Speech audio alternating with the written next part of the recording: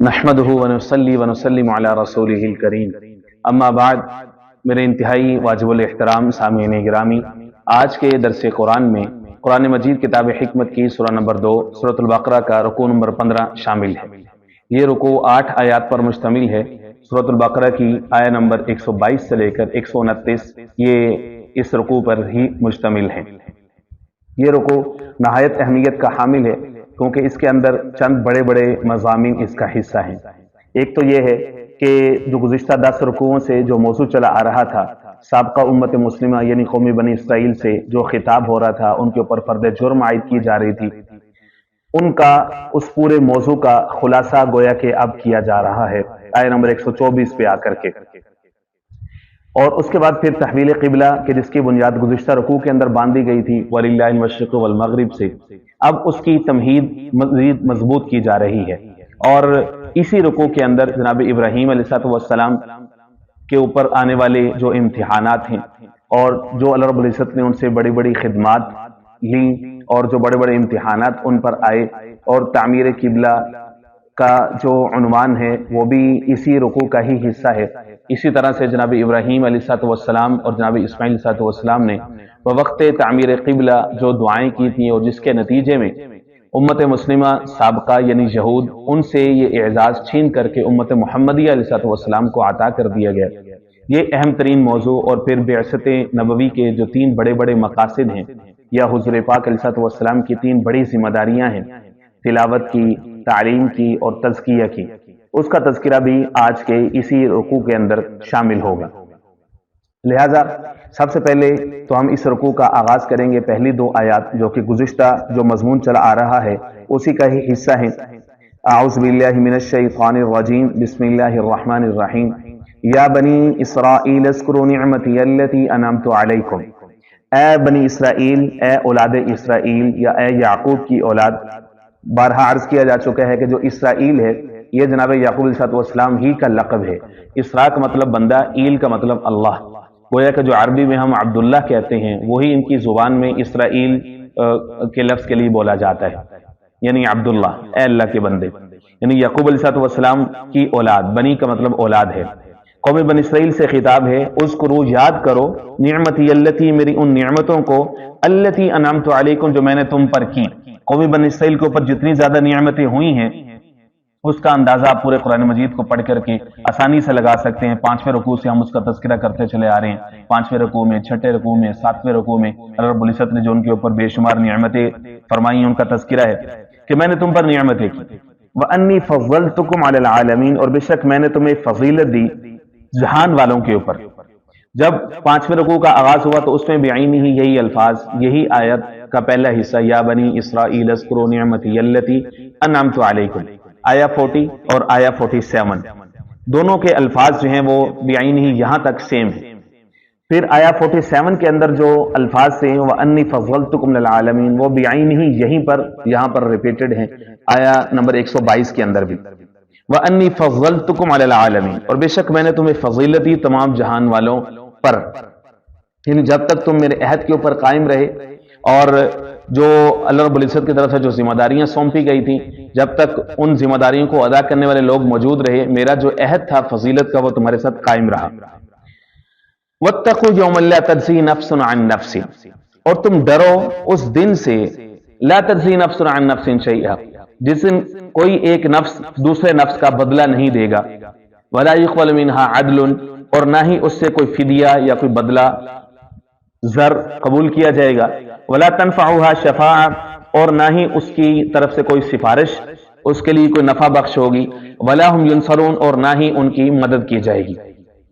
گویا کہ سابقہ امت مسلمہ ہو یا موجودہ امت مسلمہ ہو، اللہ رب العزت نے ان کے لیے ایک کھلا اعلان کر دیا کہ فضیلت ہے، ٹھیک ہے، لیکن یاد رکھو کہ جس دن ہم تم سے حساب و کتاب لیں گے تو اس دن تمہاری جو نجات ہوگی وہ تمہارے اپنے عمل کے اوپر ہوگی۔ یاد رکھیں کہ جو نجات ہوتی ہے، جو بھی شخص پکڑا جاتا ہے، اس کی نجات کے 4 بڑے بڑے طریقے ہوتے ہیں، 4 طریقے، ان چاروں کی یہاں پر نفی کی گئی آیہ نمبر 123 کے اندر۔ اس سے قبل بعینی ہی تقریباً یہی الفاظ ہیں وہ آیہ نمبر 48 کے ذیل میں گزر چکے ہیں، 6ٹھے رکوع کے اندر، واتقوا یوما لا تجزی نفس عن نفس شیئا، بعینی وہی الفاظ ہیں۔ ولا یقبل منہا عدل، وہاں پر ہے ولا یقبل منہا شفاعت، وہاں پہ شفاعت پہلے ہے، یہاں پر ہے ولا تنفعها شفاعت، یہاں پہ شفاعت بعد میں ہے، اور وہاں پر عدل بعد میں تھا۔ ولا هم ينصرون، چار نجات کے طریقے۔ پہلا یہ ہے کہ جس کو پکڑا گیا ہے اس کی جگہ پہ کوئی اور شخص اپنے آپ کو پیش کر دیں، یا وہ کسی کو کہے جی میری جگہ پہ آپ اس کو پکڑ لیں، لا تجزی نفس عن نفس شیئا۔ تو یہ قرآن مجید کا صریح قانون ہے۔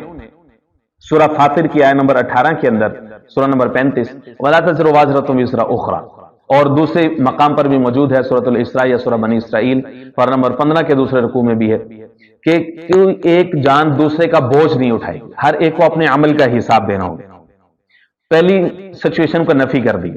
دوسری ہے وَلَا يُقْبَلُ مِنْهَا عَدْلٌ، دوسرا یہ ہے کہ کوئی لے دے کے جان جو ہے وہ چھوٹنے کا سبب بن جائے کہ جی مجھے چھوڑ دیں اور یہ فدیہ لے لیں، فرمایا کہ یہ بھی نہیں ہوگا۔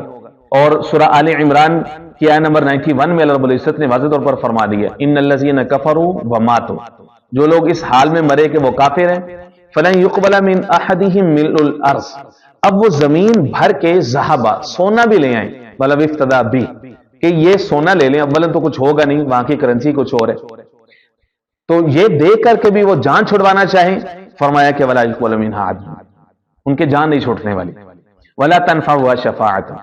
تیسری سینیریو یہ ہے کہ کوئی جو ہے وہ سفارش آ جائے، شفاعت سفارش آ جائے، اور اللہ رب العزت نے اس کی بھی نفی فرمائی ہے سورۃ المدثر کے اندر، پارہ نمبر 29 کے اندر اللہ رب العزت نے فرمایا فما تنفعهم شفاعت الشافعین حتی اتانا الیقین، برے کام کرتے کرتے ان کو موت آ گئی، فما تنفعهم شفاعت الشافعین، اب سفارش کرنے والوں کی سفارش اب ان کو کوئی فائدہ نہیں دینے والی اللہ کے ہاں۔ اولاً تو اللہ کے ہاں لا یتکلمون، کسی کو کلام کرنے کی ہی طاقت نہیں ہوگی، کسی کی ہمت ہی نہیں ہوگی، الا من اذن له الرحمن، ہاں جس کو رحمان اجازت دے دے، اور وہ ظاہر ہے کہ احادیث صریحہ میں اور نصوص شرعیہ سے معلوم ہوتا ہے کہ آقا کریم سید المرسلین حضور پاک علیہ السلام کی ذات رب العزت شفاعت کا اور ایک دعائے مقبول کا اختیار دیا ہے، اور حضور پاک علیہ السلام نے اس کو روز محشر کے لیے باقی رکھا ہے، لیکن اس کے علاوہ فرما دی ولا تنفع شفاعت، یہاں پر قانون بیان کیا جائے کہ کسی شفاعت کی امید پہ نہ رہنا بلکہ اپنے عمل کی طرف دیکھنا۔ ولا هم ينصرون، چوتھا سیناریو یہ ہے ولا هم ينصرون، کہ کوئی مددگار آ جائے، کوئی بہت طاقتور آ جائے، کوئی شخص یا کوئی اجتماع یا کوئی گروہ مدد کے لیے آ جائے، فرمایا وما لكم من الا من ملجئ ولا نفی کر دی، اللہ کے سوا کوئی دوست اور کوئی مددگار اسے نہیں آنے والا، بلکہ یہ سکھایا کہ اللہ کے بندو اللہ سے یہ مانگو نعم المولا و نعم النصیر، اللہ کو ہی یہ پکارو کہ اللہ تو ہی ہمارا مولا ہے، تو ہی مددگار ہے۔ تو ہر طرح کے سیناریو کی جو ہے وہ یہاں پر نفی کر دی گئی کہ بھئی کوئی گنجائش نہیں ہے۔ وَإِذِ ابْتَلَىٰ إِبْرَاهِيمَ رَبُّهُ بِكَلِمَاتٍ فَأَتَمَّهُنَّ، اور جب آزمایا ابراہیم علیہ السلام کو ربہ، ان کے رب نے، بکلمات، مختلف کلمات کے ذریعے سے، کلمات کلمہ بمعنی امتحان یا آزمائش، کیونکہ قرینہ یہ ہے کہ پیچھے ابتلا کا لفظ ہے، یہ قرآن مجید کی اصطلاح ہے، بلا یا ابتلا، آزمایا جاتا ہے، کلمات بمعنی احکام کے ہیں، مختلف حکموں کے ذریعے سے جناب ابراہیم علیہ السلام کو جو ہے وہ آزمایا گیا، فَأَتَمَّهُنَّ، تو انہوں نے ان سب امتحانات کو، ان سب احکام کو پورا کیا، گویا کہ سب پرچوں کے اندر، سب امتحانات میں انہوں نے جو ہے وہ 100% نمبر حاصل کیے، اور سب امتحانات میں وہ سرخرو ہوئے۔ مفسرین اکرام رحمہ اللہ نے اور مورخین نے، سیرت نگاروں نے، جو ابراہیم علیہ السلام پر جو امتحانات آئے ان کی ایک فہرست مرتب کی ہے۔ ویسے تو وہ کافی زیادہ ہیں۔ پہلی بات تو یہ ہے کہ جس گھر میں ولادت ہوئی وہی کفر و شرک کا اڈا تھا، جو ان کا باپ تھا یا جو مورخین کے بقول جو چچا تھا، وہ خود جو ہے وہ متولی تھا بت کھانے کا، اور وہ بتوں کو بنایا کرتا تھا اور وہ بت پرستی کی ترویج کیا کرتا تھا۔ سب سے بڑا امتحان تو یہی ہے کہ ایسے گھرانے کے اندر جو ہے وہ پیدا ہونا، اور پھر اس میں سے توحید کا پیغام، توحید خالص کا پیغام لے کر کے اٹھنا بہت بڑا امتحان ہے۔ اسی طرح سے جو ہے وہ مشرک، اپنی پوری مشرک قوم سے ٹکر، قرآن مجید میں جو مناقشہ ہے، مناظرہ، اس کا تذکرہ بھی موجود ہے۔ پھر ہجرت کرنا، اللہ رب العزت کے جملہ انبیاء نے یہ ہجرت کی امتحان اور اس ابتلا میں سے گزرے ہیں۔ ابراہیم علیہ السلام کی بھی یہی سنت ہے، ہجرت کی، اپنا گھر بار وطن جو ہے وہ چھوڑا ہے، بابل اور عراق میں جو ہے ان کی ولادت ہے اور ان کی جو وفات ہے، وہ فلسطین میں ہے، تو لمبا جو ہے وہ سفر ہے، تو ہجرتیں آسان نہیں ہوا کرتی. تو انبیاء کی سنت ہے. ہمارے یہاں معاش کے لیے ہجرت ہے، زیادہ پیسے کمانے کے لیے ہجرت ہے، ڈالر ریال پاؤنڈ کمانے کے لیے ہجرت ہے، بیوی بچوں کو لوگ چھوڑ کر کے یہاں پہ چلے جاتے ہیں. لیکن پہلے کبھی انسان کو پتہ تو کر لینا چاہیے کہ کیا انبیاء کی سنت کیا تھی، کیا وہ معاش کے لیے ہجرت کیا کرتے تھے. ہمارے یہاں تو ٹرینڈ یہی ہے، دین کے لیے، دین الہی کے لیے، اللہ کے احکام کی سربلندی کے لیے، اللہ کے احکام کو نافذ کرنے کی آزادی کے لیے ہجرت کرنا، یہ سنت ہے، یہ سب سے افضل ہے. تو فرمایا کہ دیار غیر میں جانا، پھر اجنبیت اختیار کرنا، جس کا تذکرہ سورہ عنکبوت، سورہ قصص کے اندر موجود ہے. مدین میں جب وہ ہجرت کر کے گئے ہیں تو ان کے ساتھ کیا صورتحال پیش آئی. پھر اپنی حاملہ بیوی کے ساتھ جو ہے وہ واپسی، اپنے گھر کا سفر ہے، وہ بھی ایک امتحان تھا. اسی دوران اللہ رب العزت نے ان کو تاج نبوت پہنایا. پھر جو ہے وہ بادشاہ کے دربار میں پیشی ہے، اس کے ساتھ جو مکالمہ ہے پوری جرت مندی کے ساتھ، بہادری کے ساتھ، اور اس کے سب سوالوں کا جو ہے وہ جواب ہے. تیسرے پارے میں تذکرہ ہے. اس طرح آگ میں کود جانا، بے خطر کود پڑا آتش نمرود میں عشق، عقل ہے محو تماشا لبے بام ابھی. رب العزت نے ایسا تو نہیں فرمایا واتخذ اللہ ابراہیم خلیلا، کہ ہم نے ابراہیم کو اپنا خلیل بنایا ہے. کبھی امام الناس کہہ رہے ہیں، امام الناس کہہ رہے ہیں کہ لوگوں کا امام بنایا ہے. کبھی حنیف کہا ہے کہ سب سے زیادہ اللہ رب العزت کے لیے اپنے آپ کو الگ کرنا، خاص کرنے والی جو شخصیت ہیں وہ جناب ابراہیم علیہ السلام ہے. اس طرح بے آب و گیا وادی میں حکم ملا کہ اپنے بیوی بچے کو چھوڑ کر کے آ جاؤ. اپنی جوان بیوی کو اس جگہ پہ چھوڑ کر کے آنا شیر خر بچے کے ساتھ آسان نہیں ہوتا، بہت بڑا امتحان ہے. اس میں سے گزرے. اسی طرح سے پھر بیٹا جوانی کی دہلیز پہ قدم رکھ رہا ہے، پھر اس کو ذبح کرنے کا حکم آ جاتا ہے، سورہ صافات میں موجود ہے. اور اسی طرح سے پھر سب سے بڑا جو امتحان تھا وہ یہ تھا کہ خانہ کعبہ کی تعمیر کو انہی بنیادوں پر اٹھانا کہ جس بنیاد پر یہ پہلے سے خانہ کعبہ موجود تھا. خانہ کعبہ کی جو تعمیر ہے اس کے مختلف جو ہے وہ مراحل رہے ہیں. مورخین نے 7 مختلف تعمیرات جو ہے وہ خانہ کعبہ کی بیان کی ہیں. جناب آدم علیہ السلام نے سب سے پہلے رب العزت کے حکم سے تعمیر فرمایا، پھر جناب آدم علیہ السلام کے بیٹوں نے تعمیر فرمایا، پھر اس کے بعد قبیلہ جناب ابراہیم علیہ السلام، جناب اسماعیل علیہ السلام نے تعمیر فرمایا ہے. طوفان نوح کے بعد جو بنیادیں ختم ہو چکی تھیں تو انہی بنیاد پر جو ہے وہ اس کو تعمیر کیا گیا. یہ تیسری تعمیر تھی. اس کے بعد جو ہے وہ عمالیق قوم کا ایک شاخ تھی بنی حمر، انہوں نے جو ہے وہ اس کی تعمیر کی ہے. پھر قصی بن کلاب نے جو ہے وہ خانہ کعبہ کی تعمیر کی ہے. سیاہ غلاف بھی انہوں نے سب سے پہلے جو ہے وہ اس کے اوپر چڑھایا تھا. پھر اہل قریش نے اس کی تعمیر کی ہے. جناب عمر فاروق، جناب عثمان غنی رضی اللہ تعالیٰ عنہما کے زمانے میں پھر جو ہے وہ اس کی مزید توسیع ہوئی ہے. عبداللہ بن زبیر رضی اللہ تعالیٰ عنہ نے حضور پاک صلی اللہ علیہ وسلم کی خواہش کے مطابق حتیم کو خانہ کعبہ کے اندر شامل کیا ہے کہ سیدہ عائشہ رضی اللہ تعالیٰ عنہ نے حضور سے پوچھا تھا یا رسول اللہ اگر وہ حصہ ہے تو آپ کیوں نہیں بنا دیتے، حتیم کو کعبہ میں شامل کیوں نہیں کرتے؟ فرمایا کہ ایک تو تمہاری جو قوم ہے وہ نئی مسلمان ہوئی ہے، وہ کسی فتنے میں پڑ جائیں گے کہ اس کو جو ہے وہ اس کا حصہ کیوں بنایا جا رہا ہے. اصل میں تو یہ اس کا حصہ ہے. جب بنا رہے تھے تو پوچھا کہ تب کیوں نہیں شامل کیا؟ فرمایا تب قوم کے پاس اتنے پیسے نہیں تھے. تو اس لیے حلال اللہ رب العزت کے گھر کے اوپر 100% حلال لگنا اور اس کی قلت تھی تو جتنا لگ سکتا تھا اتنا لگ گیا، لیکن حتیم جو ہے وہ اس کے ساتھ متصل تو رہا لیکن مکمل طور پر شامل نہیں ہو سکا.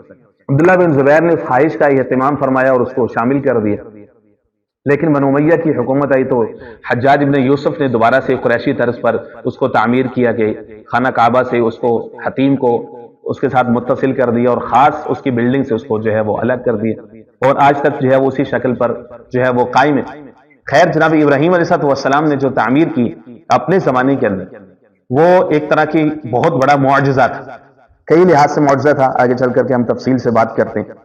تو جناب ابراہیم علیہ السلام سے اللہ رب العزت نے مختلف جو ہے وہ امتحانات لی. وَإِذِ ابْتَلَىٰ إِبْرَاهِيمَ رَبُّهُ بِكَلِمَاتٍ فَأَتَمَّهُنَّ، اللہ فرماتے ہیں کہ میں سرٹیفکیٹ دے رہا ہوں کہ انہوں نے سب امتحانات میں سے 100% نمبر لی. اتم اتمام سے ہے، اتمام باب افعال سے ہے، مکمل کر دینا کسی چیز، یعنی کوئی گنجائش چھوڑی نہیں، ہر چیز کو خالص اللہ کے لیے کر کے دکھا دی. قال انی جاعلک للناس اماما، اب اللہ رب العزت نے ان سے فرمایا انی جاعلک، بے شک اب میں کرنے لگا ہوں آپ کو یا کرنے لگا ہوں آپ کو للناس لوگوں کے لیے اماما، امام. اب آپ کو میں لوگوں امام الناس یعنی رہبر، رہنما اور پیغمبر بنانا چاہتا ہوں.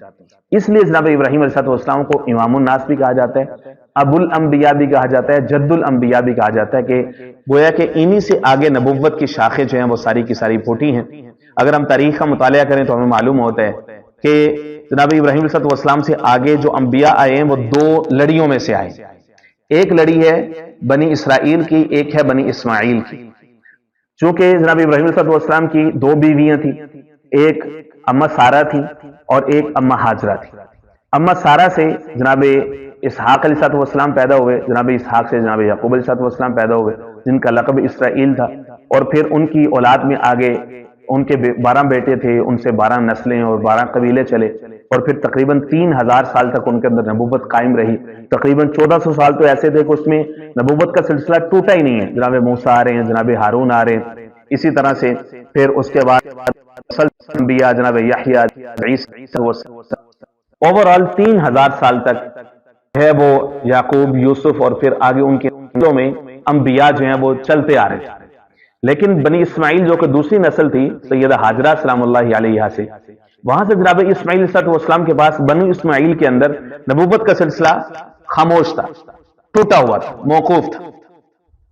تو جناب ابراہیم اور جناب اسماعیل نے یہ جو دعا کی تھی، اس دعا کے نتیجے میں جناب آقا کریم سید المرسلین، خاتم المرسلین، شفیع المذنبین حضور پاک علیہ السلام کی بعثت ہوئی ہے. حضور پاک علیہ السلام کو تاج نبوت ملتے ہی امت مسلمہ کا تاج بنی اسرائیل سے چھین کے بنی اسماعیل میں آ گیا، اور اسی طرح سے نبوت بھی ان سے لے کر کے جناب عیسیٰ علیہ السلام پر ختم کر دی گئی، اور پھر حضور پاک علیہ السلام پر تاج نبوت گویا کہ بنی اسماعیل کے طرف جو ہے وہ شفٹ ہو کر کے ادھر آ گیا. تو اللہ کا وعدہ تھا کہ میں نے آپ کو لوگوں کے لیے امام بنانے. قال ومن ذریتی، جناب ابراہیم علیہ السلام نے عرض کیا ومن ذریتی، آپ اور میری اولاد میں سے. گویا کہ آپ کا جو عہد ہے وہ یہ ہے کہ میری اولاد میں سے جو بھی آئے گا آپ اس کو نبوت اور یہ تاج رسالت آپ اس کو پہناتے رہیں گے. تو اللہ رب العزت نے ایک کلیئر لائن کھینچ دی، آنے والے انسانوں کے لیے ایک سبق دے دی. لا ینال عہد الظالمین، قال فرمایا لا ینال عہد الظالمین، نہیں پہنچے گا میرا عہد ظالموں کو. گویا کہ جو ہدایت ہے اس کی بنیاد نسل پر نہیں ہوتی، یہ نسلیت پر مبنی نہیں. ہمارے یہاں کئی طرح کے گروہ ہیں جو کہ نسلوں کو امتیاز اور فضیلت کا سبب بناتے ہیں. نسل نہیں ہوتی، عمل ہوتا ہے. عمل کے ساتھ اگر نسل مل جائے تو سونے پہ سہاگا ہے. اگر کوئی ایک شخص بڑی اعلیٰ نسل سے ہے، بڑے اعلیٰ خاندان سے ہے، ذرا نسب اس کا انتہائی پاکیزہ اور اعلیٰ ہے، مثلا سید خاندان سے ہے یا اولیاء کے خاندان سے ہے، اور اس کے بعد پھر اگر اس کو وہ علم کا نور ملتا ہے، اس کی تربیت اچھی ہو جاتی ہے اور اللہ رب العزت اس کو کوئی مقام عطا فرما دیتے ہیں، تو یہ نور علی نور ہے، سونے پہ سہاگا ہے. لیکن اگر ایک شخص عمل پر نہیں آئے، عقائد اس کے ٹھیک نہ ہوں، لیکن فقط اس وجہ سے کہ وہ نسل سے ہے، پدرم سلطان بود وہ والا چکر قرآن سننا میں نہیں، دین اسلام وہ مزاج کا نہیں ہے کہ اس میں نسل کی بنیاد پر کسی کو کوئی مقام ملے. تو اس لیے اللہ نے فرما دیا لا ینال عہد الظالمین، ظالموں کو میرا عہد نہیں پہنچے گا. ظالم سے مراد ظاہر ہے سب سے پہلے تو ظلم کے اندر شرک آتا ہے کہ جو مشرکین ہیں وہ یہ بات چھوڑ دیں کہ ہم ان کو اتنا عظیم مقام جو ہے وہ عطا فرمائیں گے.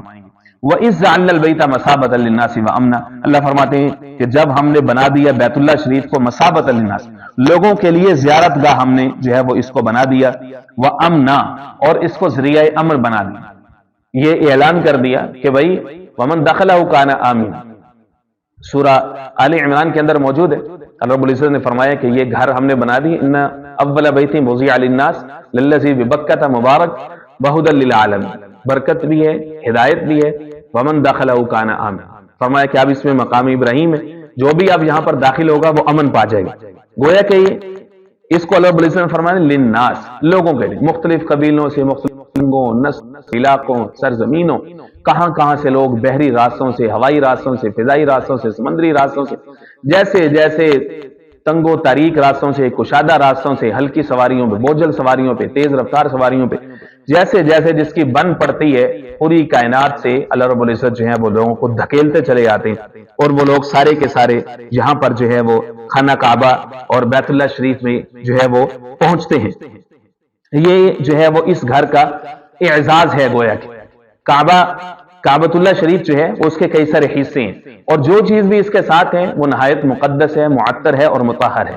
اس کی عزت، اس کی قدر کرنا نہایت ضروری ہے، اور وہ شاعر دینیہ میں سے ہی ہے. مثلا حجر اسود ہے، بیت اللہ شریف سے لایا گیا پتھر ہے، اور جو سب کے گناہوں کو سک کرتے اللہ رب العزت وہاں کی مقبول بہاریں ہم سب کو، مرد عورتوں کو، بچوں کو، بوڑھوں کو، جوانوں کو، سب کو صحت و تندرستی، ایمان و عافیت کے ساتھ بار بار نصیب فرمائے، حجر اسود کے بوسے نصیب فرمائے، اس کو چھونا نصیب فرمائے، فرمایا کہ جو اس کو چھو لیتا ہے تو روز قیامت حجر اسود کی آنکھیں ہیں وہ اس کو پہچانے گا اور قیامت کے دن اس کی مغفرت کی سفارش بھی کرے گا۔ تو بہت بڑی بات ہے، اللہم اجعلنا منہم، اللہم اجعلنا منہم۔ باب کعبہ ہے، یہ بھی اس کا حصہ ہے، نصاب رحمت ہے، رحمت برستی ہے، حکیم ہے جس کا تذکرہ بھی ہوا، ملتزم ہے جس کے ساتھ گناہگار چمٹ کر کے اپنے گناہوں کی معافی مانگتے ہیں، مقام ابراہیم ہے، یہ بھی پتھر ہے کہ جو جنت سے لایا، اس طرح حجر اسود لایا گیا تھا، نبی ابراہیم علیہ السلام اس کے اوپر کھڑے ہو کر کے باپ بیٹا تعمیر کرتے تھے، جب اوپر پتھر رکھنا ہوتا تھا تو وہ اسی طرح سے وہ سٹینڈ ہو جائے اور اوپر فضا میں معلق ہو جایا کرتا تھا۔ تو پہلے یہی مقام ابراہیم ایک کمرے کی شکل میں تھا، لیکن 1967 کے بعد سے اس کو پھر جو ہے وہ ایک کناری لگا کر کے جالی دار اس میں اس کو بند کر دیا گیا۔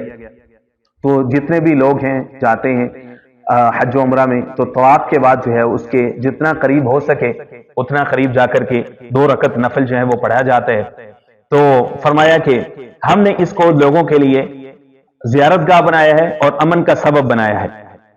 وَاتَّخِذُوا مِن مقام ابراہیم مصلی، لہذا حکم دے دیا کہ تم بنا لو مقام ابراہیم کو مصلی۔ اب جتنے طائفین ہیں وہ جائیں گے اور وہاں پر طواف کے بعد مقام ابراہیم کے پاس 2 رکعت جو ہے وہ نفل ادا کریں گے۔ اگر ہم اس کی ہسٹری ٹریس آؤٹ کریں تو معلوم ہوتا ہے کہ جناب سیدنا عمر فاروق رضی اللہ تعالیٰ عنہ کی خواہش کے اوپر مقام ابراہیم کو مصلی بنایا گیا تھا، اور جو طواف کے بعد کی 2 رکعتیں ہیں وہ انہی کی رائے کے اوپر جب عمر فاروق فرش پر رائے دیتے تھے تو اللہ رب العزت عرش سے قرآن مجید بنا کر کے نازل فرمایا کرتے تھے۔ تو موافقات عمر کے نام سے ایک رسالہ بھی موجود ہے قرآن مجید کے، وہ 20 یا 22 مقامات ہیں جناب عمر فاروق رضی اللہ عنہ کی رائے کے مطابق قرآن مجید نازل ہوا۔ ان میں سے ایک یہ بھی کہ ان کی رائے کے مطابق مقام ابراہیم کو مصلی یعنی نماز کی جگہ جو ہے وہ بنایا گیا۔ اللہ کا وعدہ چل رہا ہے، اللہ فرما رہے وَعَاهِدْنَا إِلَىٰ إِبْرَاهِيمَ وَإِسْمَاعِيلَ، ہم نے عہد کیا ابراہیم کو بھی اور اسماعیل کو بھی، ہم نے دونوں سے عہد لے لیا، ان طہر بیتی للطائفین، کہ آپ دونوں پاک کرو گے میرے گھر کو، للطائفین والعاکفین والرکع السجود، 3 طرح کے لوگوں کے لیے میرے گھر کو پاک کیا جائے گا۔ طائفین طواف کرنے والے، طواف بھی گویا کہ نماز ہی کی ایک قسم ہے، اس لیے بغیر وضو کے طواف ہوتا نہیں، تو طائفین طواف کرنے والوں کے لیے یہ خاص ہے۔ عاکفین جو اعتکاف کرنے والے ہیں، اعتکاف بمانا یکسوئی ہے، ذہنی یکسوئی ہے، خلق خدا سے، کائنات کی ہر چیز سے ہٹ کٹ کے انسان خالص اپنے ذہن کو، قلب و دماغ کو، اپنی ساری اندرونی طاقتوں کو خالص اللہ کے لیے وقف کر دیتا ہے، تو گویا کہ یہ بھی اعتکاف ہے۔ تو وہاں انسان جا کر کے چونکہ سارا کچھ بھول جاتا ہے، اپنا دیار، اپنا وطن، اپنے بیوی چھوڑ دیا، اس وقت اللہ کی پناہ میں ہے، تو فرمایا ایسے ہی عاکفین کے لیے آپ اس گھر کو پاک کرو۔ والرکع السجود، اور فرمایا رکوع کرنے والے، سجدہ کرنے والے، ان کے لیے، تو 3 کیٹیگریز کے لوگوں کے لیے۔ رکوع اور سجدہ گویا کہ یہ نماز ہی کی تعبیر ہے کہ کسی پورے ایکٹیویٹی کا ایک حصے کا تذکرہ تو جز بول کر کے کل مراد لیا جاتا ہے، یہ فصاحت کا ایک حصہ ہے۔ تو گویا کہ نمازیوں کے لیے، طواف کرنے والوں کے لیے، معتکفین کے لیے اس کو فرمایا کہ یہ آپ کا جو ہے وہ گھر پاک کر طہرا۔ طہرا کے اندر مفسرین فرماتے ہیں ظاہری پاکیزگی بھی ہے کہ وہاں پہ گند نہ ہو، کدورت نہ ہو، زائرین جو دور دور سے آ رہے ہیں ان کی طبیعت کے اوپر کوئی ایسی چیز نہ چڑھے، اور اسی طرح سے جو ہے وہ یہاں سے مراد باطنی طہارت بھی مراد ہے کہ وہاں پر شرک، گندگی، بت اور اس طرح کی اور کوئی بھی چیزیں جو شرک کے مشابہ ہو وہ وہاں پر اس سے اس کو پاک کرنا ہے۔ وَإِذْ قَالَ إِبْرَاهِيمُ، اور جناب ابراہیم نے عرض کی، دعا کی، رب اجعل هذا بلدا آمنا، اے رب اس کو بنا دے بلدن آمنا، امن والا شہر بنا دے۔ سب سے پہلے اس شہر کے لیے یعنی مکہ المکرمہ کے لیے سب سے پہلے اللہ کے نبی نے امن مانگا ہے کہ امن دے۔ آمنا ورزق اہلہ من الثمرات من آمن، امن کے بعد دوسری چیز ہے معیشت۔ یہ 2 چیزیں آپس میں لازم ملزوم ہیں۔ جس ملک میں، جس سوسائٹی میں، جس معاشرے میں امن ہوتا ہے وہیں پر جو ہے وہ لوگوں کا معاش ٹھیک ہوتا ہے۔ جہاں پر لوگوں کو امن نہیں ہوتا، مالی خطرات، جانی خطرات ہوتے ہیں، وہاں پر معاشی سٹیبلٹی آ نہیں سکتی۔ اس لیے ہر حکومت کی پوری دنیا کے اندر ہمیشہ ذمہ داری یہی ہوتی ہے، جو ارباب اختیار ہوتے ہیں، کہ سب سے پہلے اپنے ملک کو، اپنی ریاست کو امن دیں۔ اور یہ صرف ایک مقام نہیں ہے بلکہ سورۃ القصص ہی میں اللہ رب العزت نے یہ سورہ عنکبوت میں فرمایا اولم یروا انا جعلنا حرما آمینا، کہ ہم نے اس کو حرم امن نہیں بنایا، وَيَتَخَطَّفُ النَّاسُ مِنْ حَوْلِهِمْ، اور اس کے ارد گرد کو ہم نے ذریعہ لوگوں کے لیے ذریعہ امن بنا دیا، دور دور سے زائرین آتے ہیں۔ اور مشرکین مکہ کو جو دین اسلام نے جو ان کے اوپر احسان ان کو یاد دلوائے، سورہ قریش میں فرمایا کہ تم خود ہی دیکھ لو کہ ہم نے تمہارے لیے راستے کتنے پرامن بنا دیے۔ لِإِيلَافِ قُرَيْشٍ إِيلَافِهِمْ رِحْلَةَ الشِّتَاءِ وَالصَّيْفِ فَلْيَعْبُدُوا رَبَّ هَٰذَا الْبَيْتِ الَّذِي أَطْعَمَهُمْ مِن جُوعٍ وَآمَنَهُم مِّن خوف۔ تو جو لوگ سورہ قریش کی تلاوت کرتے ہیں رب العزت کا ان کے ساتھ جو ہے وہ تین چیزوں کا وعدہ ہے، معاشی خوشحالی کا وعدہ ہے، حفاظت کا وعدہ ہے۔ تو قریش کے لوگوں کو اللہ نے احساس دلایا اس بات کا۔ اس طرح سے سورہ ابراہیم کا جو آخری سے پہلے رکوع ہے اس کے اندر بھی یہی نقشہ کھینچا گیا، سب سے پہلے امن ہے، پھر اس کے بعد معاش مانگا، وَارْزُقْ أَهْلَهُ مِنَ الثَّمَرَاتِ، تو عطا کر دے اس کے اہل کو ثمرات، پھلوں سے۔ حالانکہ بھی اب وہ گیا ہے، پہاڑ ہے، کوئی سبزہ نہیں ہے، لیکن رب العزت نے دعائے ابراہیم کی برکت سے، دعائے خلیل کی برکت سے کائنات کے کونے کونے سے، گوشے گوشے سے ساری چیزیں کاشت ہوتی ہیں، بہترین پھل سبزیاں ہر چیز اسی کی طرف لپکی چلی جاتی ہے۔ ٹریول دنیا کے ملکوں میں جہاں پر پیدائش ہوتی ہے اس چیز کو کاشت کیا جاتا ہے، وہاں پر لوگوں کو جو ہے وہ نہیں پہنچتی، لیکن بیت اللہ شریف میں اور حرم شریف میں وہ چیز پہنچائی دی جاتی ہے۔ یہ دعائے خلیل کا ایک اثر ہے۔ فرمایا کہ امن والا بنا دے، من آمن منہم باللہ، لیکن یہ دو دعائیں کس کے لیے کی؟ من آمن منہم باللہ والیوم الاخر، میری امت میں سے، میرے لوگوں میں سے ہر وہ شخص جو ایمان لایا ان میں سے اللہ پر، والیوم الاخر، اور کے دن پر۔ یہاں سے دو معلوم ہوتی ہے، پہلے تو یہ کہ سب کے نہیں، بلکہ چونکہ اللہ نے پہلے دیا تھا لا ینال وحد، ظالموں کو میرا یہ وعدہ نہیں چاہیے، یعنی آپ کی امت میں سے جو ظالم ہے خیر کی توقع چھوڑ۔ تو جناب ابراہیم علیہ السلام نے اس کی ہی عزت کرتے ہوئے یہاں پر جو دعا کی تو اس کو اسپیسیفائی دیا، منہم باللہ۔ دوسری بات ایسے معلوم ہوتی ہے وہ یہ کہ وہ جو تفصیل ہم یہی سورہ بقرہ میں بحث کر چکے بات من سے مراد ایمان اللہ اور بالآخرت، کہ یہاں پر بھی بے رسول کا تذکرہ نہیں، ایمان بے رسالت کا تذکرہ نہیں ہے، تو لوگ یہ کرنا شروع کر دیتے ہیں کہ یہود و نصارہ وہ بھی جنت میں جائیں گے، وہ بھی نجات والے ہیں، چونکہ اللہ پر اور موت کے بعد پر تو وہ بھی یقین رکھتے ہیں۔ تو اس کا تفصیلی جواب وہ دونوں مقامات پر سورہ بقرہ کی آیت نمبر 6 کے اندر ہم عرض کر چکے ہیں۔ اس طرح سورہ مائدہ کے اندر بھی اس کی تفصیل سے بات ہو چکی ہے۔ قال ومن کفر فامتعه، اللہ نے فرمایا کہ ومن کفر، جو کفر کرے گا، فامتعه، اس کو تھوڑا سا نفع دوں گا، زندگی کھانا پینا ہے، ثم اسفرہ، پھر اس کو کھینچ کے لاؤں عذاب النار، جہنم کے عذاب کی طرف، وبئس المصیر، اور وہ بہت برا ٹھکانہ ہے۔ وَإِذْ يَرْفَعُ إِبْرَاهِيمُ الْقَوَاعِدَ مِنَ الْبَيْتِ وَإِسْمَاعِيلُ، فرمایا کہ اب وہ یاد کرو، تعمیر قبلہ کا سین اور منظر بیان کیا جا رہا ہے کہ جب بلند کر رہے تھے، اٹھا رہے تھے ابراہیم قواعد کو، قواعد قاعدہ کی جمع ہے، قاعدہ کہتے ہیں بنیاد، گویا کہ بتا دیا کہ سب سے پہلی تعمیر جناب ابراہیم نہیں کر رہے تھے، بلکہ تعمیرات پہلے سے ہو چکی تھی، اس کی بنیادیں موجود تھیں، ان بنیادوں پر یہ اب تعمیر ہو رہی تھی۔ من البیت، بیت اللہ شریف کی بنیادوں کو وہ کھڑا کر رہے تھے، اسٹیبلش کر رہے تھے۔ وہ اسماعیل، اور ان کے ساتھ ان کے صاحبزادے، ان کے بیٹے جناب اسماعیل علیہ السلام، دونوں باپ بیٹا تعمیر کر رہے ہیں، معمار بنے ہوئے، معمار قبلہ۔ چونکہ تحویل قبلہ کا مضمون آگے چل کر کے اپنی پیک پہ پہنچے گا، تو اس لیے اس کی تعمیر کا تذکرہ پہلے تفصیل کے ساتھ ہو رہا ہے۔ ربنا تقبل منا، دعا کیا کر رہے ہیں، اے ہمارے رب، تقبل منا انک انت السمیع العلیم، تو ہم سے قبول فرما لے، یہ خدمت ہم سے قبول فرما لے۔ آج تو لوگ کوئی نیکی کر لیں تو اس کے بعد سینہ چوڑا کر لیتے، آنکھیں اٹھا لیتے اور سمجھتے ہیں کہ بہت بڑا ہم نے کام کر دی، ہماری عزت کی جانی سے۔ اللہ کی بندو، سنت یہ ہے کہ نیکی بھی کرو، عاجز بھی بن کے رہو، اللہ سے قبولیت کی دعا کرو۔ یہاں پر تو نماز پڑھنے کے بعد استغفار کا حکم دیا جا رہا ہے کہ بھئی نماز پڑھنے کے بعد حضور پاک صلی اللہ علیہ وسلم کی سنت اور طریقہ یہ تھا، پیشانی اقدس پر ہاتھ رکھ کر کے، ہتھیلی رکھ کے دائیں ہاتھ کی پڑھتے تھے اللہ اکبر اللہ اکبر استغفر اللہ استغفر اللہ۔ بھئی کس چیز کی معافی ہے؟ نماز پڑھی ہے، کوئی چوری زنا نہیں کیا، کس چیز کی معافی ہے؟ فرمایا معافی اس بات کی ہے کہ اللہ تیرے شایان شان ہم رکوع سجدہ کر نہیں سکتے، جو کمی کوتاہی رہ گی اس کو معاف کر۔ خانہ کعبہ کی تعمیر ہے، اتنا عظیم الشان عمل ہے، لیکن اس کے بعد وہ دعا یہ کر رہے ہیں ربنا تقبل منا، اے اللہ ہم سے قبول کر لے، اے اللہ ہم سے قبول کر لے۔ اس لیے اصل چیز قابلیت نہیں ہوتی کہ میں کر بہت کچھ سکتا، اصل چیز قبولیت ہے کہ اللہ قبول کر لے اس کو۔